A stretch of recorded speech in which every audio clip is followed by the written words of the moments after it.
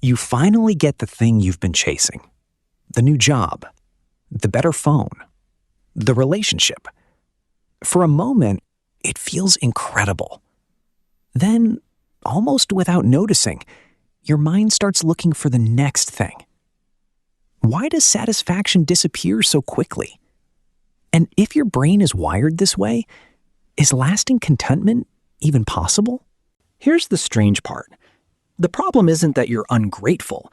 It's that your brain is doing exactly what it evolved to do. Psychologists call it the hedonic treadmill.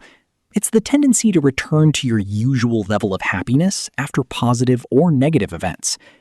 A promotion feels life-changing at first. A few months later, it's just your normal job. A new house becomes just another place to live. What once felt extraordinary slowly becomes ordinary. Thousands of years ago, staying satisfied for too long could be dangerous. If our ancestors stopped wanting more food, more safety, or better shelter, they were less likely to survive. So evolution rewarded people who kept searching for the next improvement. The same brain that once kept humans alive now keeps you refreshing online stores, comparing your life to others, and believing that the next achievement will finally make everything feel complete. But here's where it gets interesting. If chasing more always worked, you'd eventually reach a point where you felt permanently fulfilled. Yet think back to something you desperately wanted a few years ago. Maybe it was graduating, buying a laptop, getting a certain salary, or moving into a new apartment. At the time, it felt like the missing piece of your life. Now, it's simply part of the background.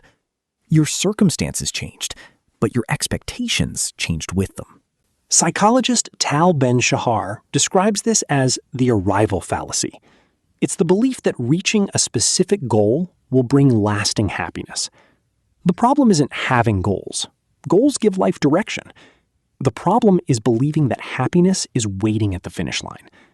Every time you arrive, your brain quietly moves the finish line a little farther away. So, what's the antidote to dissatisfaction? Surprisingly, it isn't giving up your ambitions. It's changing where your attention goes while you're pursuing them. Researchers Robert Emmons and Michael McCullough studied the effects of gratitude by asking people to regularly write down things they appreciated. The results were surprisingly consistent. People who practiced gratitude reported feeling happier, sleeping better, and becoming more optimistic. Not because their lives suddenly became easier, but because their brains began noticing what had always been there. Think about how quickly you stop noticing the things that make your life possible. Clean water, a friend who answers your messages, a healthy body that carries you through the day, even the ability to watch this video. These things disappear into the background because your brain is constantly scanning for what's missing instead of what's present. And comparison only makes it worse. Psychologist Leon Festinger's social comparison theory explains that people naturally judge themselves against others. Today, social media gives your brain an endless stream of people who seem richer, happier, more attractive, or more successful. The comparison never ends because someone will always appear to have more than you. When your standard keeps moving, satisfaction becomes impossible to catch. Here's the thing, though. Satisfaction isn't the enemy of ambition. In fact, they're strongest when they work together. You can strive for a better future while appreciating the present. You can work hard without convincing yourself that your worth depends on the outcome. The goal is no longer to stop wanting more. The goal is to stop believing that more is the only place happiness exists. The next time you catch yourself saying, "I'll be happy when," pause for a second. Ask yourself how many times you've already said those exact words in the past, only to discover they weren't the end of the story. Chances are, your future isn't waiting to begin.